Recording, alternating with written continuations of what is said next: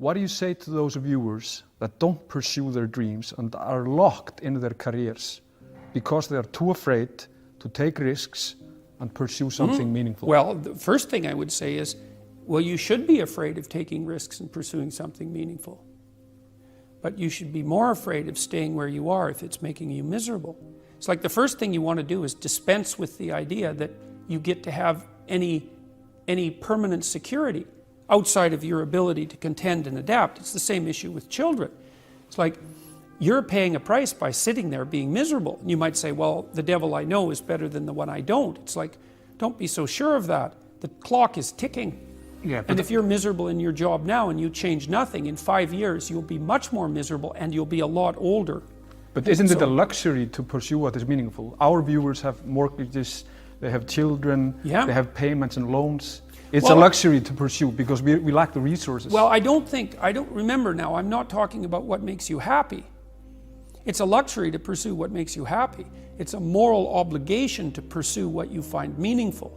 And that doesn't mean it's easy. It might require sacrifice. If you need to change your job too, let's say you have a family and children and a mortgage, you have responsibilities. You've already picked up those responsibilities. You don't just get to walk away scot-free and say, well, I don't like my job, I quit. That's no strategy. But what you might have to do is you think, well, this job is killing my soul. All right, so what do I have to do about that? Well, I have to look for another job. Well, no one wants to hire me. It's like, okay, maybe you need to educate yourself more. Maybe you need to update your curriculum vitae, your resume. Maybe you need to overcome your fear of being interviewed. Maybe you need to sharpen your social skills. Like, you have to think about these things strategically. If you're going to switch careers, you have to do it like an intelligent, responsible person. That might take you a couple of years of effort to do properly. When you say pursue something meaningful, is it important to have a vocation? I think it's more important to have an ethos, an ethic. So I have a program, for example, called the Future Authoring Program, which is a writing program that enables people to develop a vision for their life and then to develop a strategy. And so it's based on the idea, imagine that, and it's an extension of the ideas in the book, or at least something along the same lines. The first thing that you want to do is figure out, imagine you were taking care of yourself, like you were someone you cared for, which is rule number 2, by the way, essentially. Then you should figure out, well, if you could have what you needed and wanted, what would it be? What sort of friends would you have? What would your family relationships look like? How would you conduct yourself with your children? How would you educate yourself? You need to think through how it is that your life could be properly arranged if you had that ability. And then you can aim at that. And the funny thing is that if you do posit a goal of that sort and work towards it, you will move towards it. The goal will change because you'll learn things along the way. But I mean, I've dealt with hundreds of people in my clinical and consulting practice, and we set a goal, we develop a vision and work towards it, and things inevitably get better for people. So it's not a luxury, it's difficult. It's a moral responsibility, and it isn't happiness. It's not, the pursuit isn't for happiness. It's a moral responsibility to pursue what is meaningful. Absolutely. Yeah. So when if you watch yourself, you say, well, I had a particularly good day at work. And what does that mean? Well, it means that you lost your sense of time, right? Because when you're having not a good day at work, it's like, first it's 1 minute to 3, and then it's 45 seconds to 3, and then it's 30 seconds. That's what school was like for me. It was like, click. It's so funny, I went to my daughter's school. I used to get in trouble for talking all the time. Surprise, surprise. When I was a kid, and I was bored stiff in school, and so I would misbehave upon occasion, out of pure boredom. And about 21 years ago, I went to my daughter's school to sit for a class. It was about an hour long, and I was sitting there, and the teacher had all the kids on the floor and was having some of the kids read to the others, and some of the kids who were reading couldn't read at all. And I had exactly the same experience. I was sitting there, it was like being 7 years old again. I could see the clock going tick, tick. And I thought, you know, if I was in this classroom for 3 days, I would misbehave. 40 years old, I would misbehave exactly like I did when I was 6. No. Well, that's no place to be, right? Because you don't want to be in a place that's stultifying. You don't want to be in a place where there's no challenge. You might even quit your job if there's no challenge. Say, well, that's a good job. It gives you security. And you think, God, I can't stand this. It's eating away at my soul. It's all security and no challenge. So why do you want to challenge? Because that's what you're built for. That's what you're built for. You're built to take on a maximal load, right? Because that's what strengthens you, and you need to be strong because life is extraordinarily difficult, and because the evil king is always whittling away at the structure of the state, and you have to be awake and sharp to stop that from happening so that you don't become corrupt, and so that your family doesn't become corrupt, and so that your state doesn't have to become corrupt. You have to have your eyes open and your wits sharp and your words at the ready, and you have to be educated, and you have to know about your history, and you have to know how to think, and you have to know how to read, and you have to know how to speak, and you have to know how to aim, and you have to be willing to hoist the troubles of the world up on your shoulders. And what's so interesting about that, so remarkable, and this is something that's really manifested itself to me as I've been doing these public lectures. I've been talking about responsibility to people, which doesn't seem to happen very often anymore, and the audiences are dead quiet, and I lay out this idea that life is tragedy tainted by malevolence, and everyone says, yeah, well, we always suspected that, but no one has ever said it quite so bluntly, and it's quite a relief to hear that I'm not the only person who has those suspicions.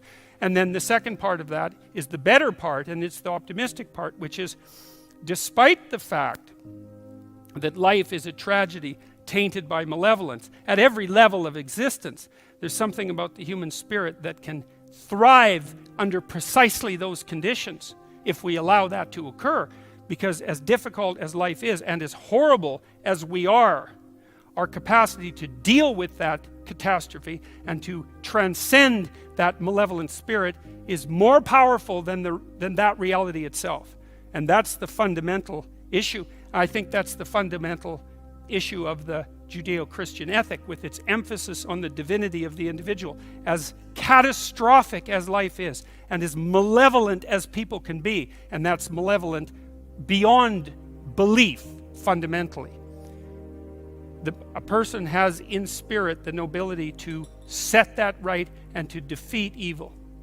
And that more than that, and that the antidote to the catastrophe of life and the suffering of life and the tragedy of life that can drive you down and destroy you is to take on exactly that responsibility and to say, well, there's plenty of work to be done, and isn't that terrible? And there isn't anything so bad that we can't make it worse, and certainly try very hard to do so, but I have it within me to decide that I'm going to stand up against that. I'm going to strive to make the world a better place.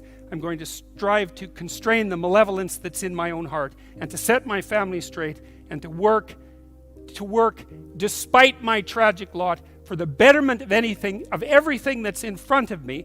And the consequence of that, the immediate consequence of that, is that when you make the decision to take on all of that voluntarily, which is to stand up straight, by the way, with your shoulders back, to take on all that on voluntarily, as soon as you make that decision, then all the catastrophe justifies itself in the nobility of your striving.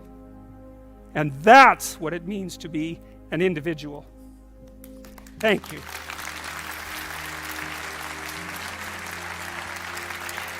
When I was 25 or so, I probably weighed about 138 pounds. I smoked like a pack of cigarettes a day. I drank tremendous amount of alcohol. I was from northern Alberta, this rough little town up in northern Alberta called Fairview, and there were long winters there, and my friends were heavy drinkers, and most of them dropped out of school by the time they were 15 or 16, went off to work on the oil rigs, and it was a rough town, and we drank a lot. I started when I was 14, and and so I had a lot of bad habits, let's say, and things and I wasn't in great shape physically, and I was also still intellectually obsessed as I am now, and so that would have been in 85. But I decided around then, about 85, 84, something like that, maybe a little earlier, that I was really going to try to get my act together, and so I started doing that.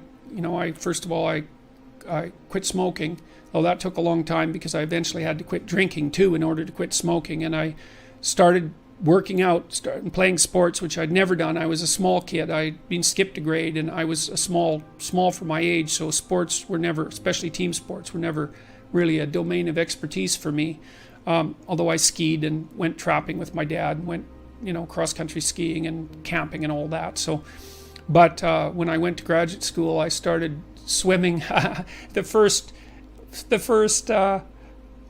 physical exercise routine I did, I enrolled in a swimsercise course, I think it was called. So it was me and this like really overweight kid, and like these 60-year-old women and men, they could out exercise me like mad. It was really embarrassing. Me and the overweight kid, we'd be just panting ourselves 3/4 to death at the end of the bloody workout, and these 60-year-old women who weren't in great shape were like, chatting away as if nothing was going on at all in the pool. So that was quite embarrassing, and as was going to the weight room, because when I started I could barely bench press 75 pounds, and people used to keep coming over and helping me, which was the last thing I bloody well wanted, but certainly needed. And I got to the point where I could bench press 225 pounds. I think that was the best I did, and I gained about 30 pounds of muscle in a year and a half. So that was a good thing. So like I was kind of a wild man, and I'm a little bit manic in my temperament, and so I was kind of going every direction at the same time. So, and I don't regret that. I had a fine time when I was a kid, but I needed really to get disciplined, and I had to do it because I was working on these hard problems that that I've been discussing with all of you, and I've been working on them really obsessively since I was probably about 18, maybe even earlier than that, and got to the point around 25 when I was in graduate school trying to get my PhD, so doing all my research. Like I published 15 papers by the time I graduated with my PhD, which was by a fairly large measure the most papers that any graduate student at that time had ever published at McGill. I think that's right. It might have been twice as many, or maybe twice as many, maybe even 3 times as many. And at the same time I wrote Maps of Meaning, which was a terribly difficult thing to do, because I was writing about 3 hours a day doing that, and I couldn't do all that and continue with my misbehavior, my sort of my what would you say, my hedonistic my massive hedonistic consumption of alcohol and all of that. I just couldn't keep it up, and also work seriously on the issues that were at hand. So I had to stop. That's a sacrifice. I had to stop messing about and straighten myself out. And I got married. Well, the woman who's my wife, Tammy, who I've known since she was 8 years old, she lived across the street from me in this little town called Fairview, and I was in love with her like the first time I saw her, which is quite the bloody thing.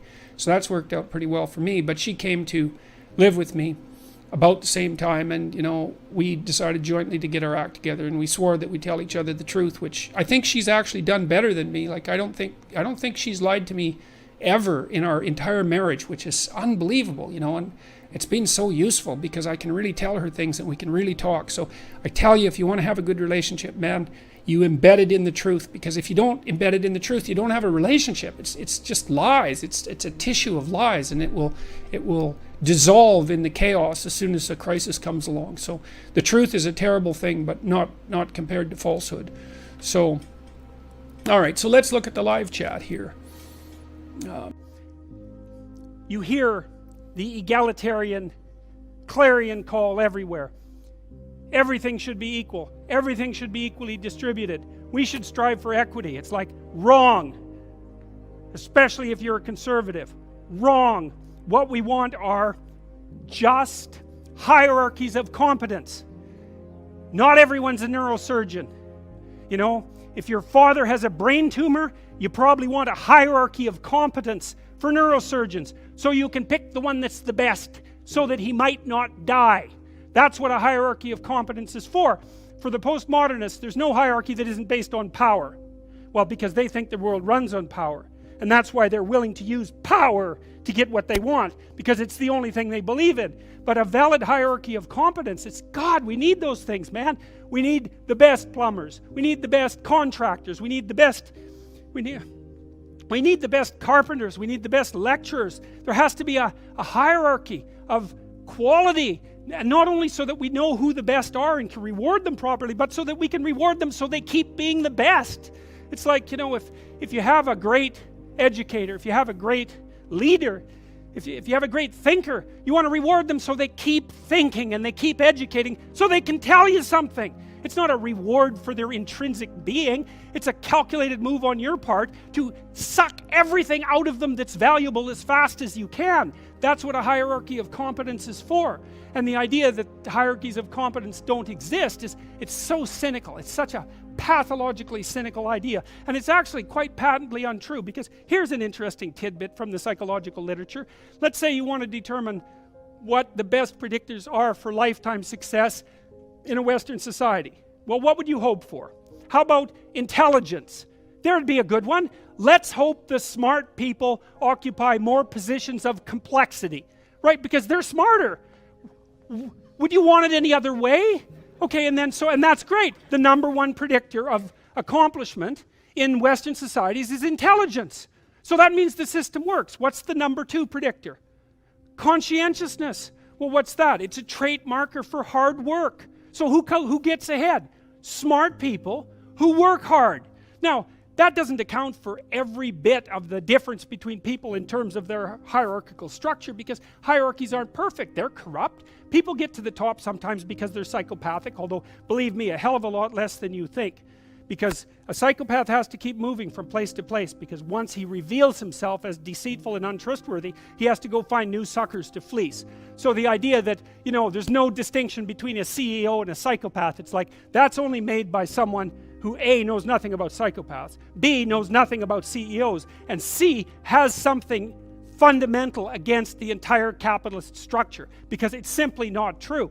Corrupt, sometimes, greedy, sometimes, short-sighted, sometimes running companies that are doing their best to auger themselves into the ground, and so, you know, it's bad people running a dying organization. But generally speaking, it's not the case. Our hierarchies of competence are reasonably functional, and not only are they functional, they're valuable. We need to know who the competent people are, and we need to reward them. And even more importantly, we need to tell young people, hey, there's some hierarchies of competence out there. Like 1,000 of them. Go be a plumber, man, but be a good one, you know? Be an honest one. I had a plumber once, you know. It was the night before we were putting drywall in our house. We were redoing a house, and he had put in all the plastic piping, you know, and I was going to test the joints. They're supposed to be glued together with this pipe glue, right? And I told him I had to test the joints, and he said, well, you don't have to test my joints, they never leak. And I thought, yeah, that's okay. How about if I test them? So I went up on the 3rd floor and filled the pipes with water, capping them in the basement like you're supposed to. And like half an hour later, I had 2 inches of water in the basement. There were 30 leaking joints. And that was the night before the drywallers were supposed to show up.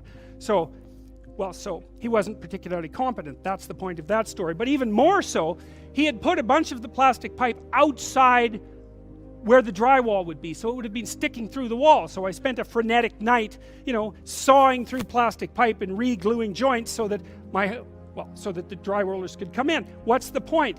If you're going to be a plumber, man, be a good plumber, because otherwise all you do is go out there and cause trouble. We don't need people to cause more trouble. We need people to solve problems.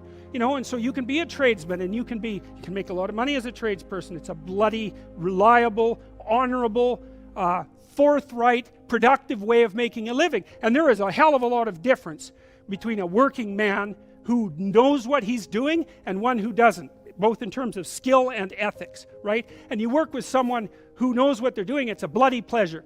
They tell you what they're going to do, they tell you how much it will cost, they go and do it, it works, and you pay them.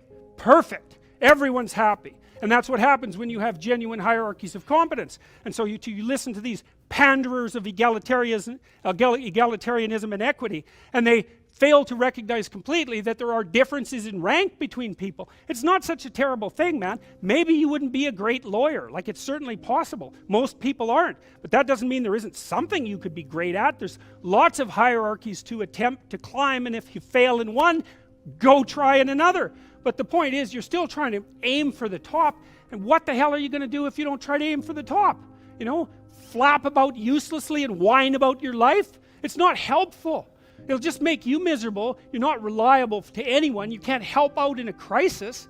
It's like, so you tell young people, and this is another message for conservatives, like, I don't care what you're going to do, but go out there and make something of yourself for God's sake. Be an honest person and work and get to the top of whatever it is that you want to get to the top of. You know, and stand up for yourself like a respectable human being and be a bit of a light on the world instead of a blight. You know, and you can tell young people that, and they haven't been told that by anyone now. And so the young men are so hungry for that it's painful to watch. They're so relieved when someone finally comes up and says, hey, you know, you get your act together a bit, discipline yourself, see if you can learn to tell the truth, concentrate on something for a year or two, you could be a bloody world beater. They think, really? That's possible? Wow, that would be interesting. That might make life worth living. It's like, yeah, it might. So why don't you go do it? That's what the damn universities were supposed to be teaching people, and they've forgotten that. I went to Harvard a month and a half. I used to teach there. And I talked to a bunch of students, you know, and I told them, it's not easy to get into Harvard, you know. Like, you're a valedictorian if you're at Harvard. And not only are you a valedictorian, you're way better than most people at least 2 other things, or you don't get in. And so, like, I don't know what the acceptance rate is, like 5%, and believe me, not everybody applies, so it's a very selective school. And so why am I saying that? It's like, these are high-quality kids.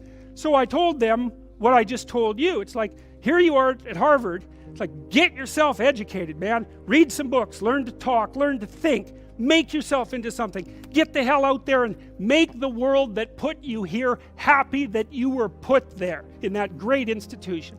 You know, and they came up to me afterwards and said, God, I wish someone would have told us that when we were in our first year. It's like, Jesus, why didn't someone tell them that? For God's sake, it's supposed to be the greatest university in the world. Is it so difficult to figure that out?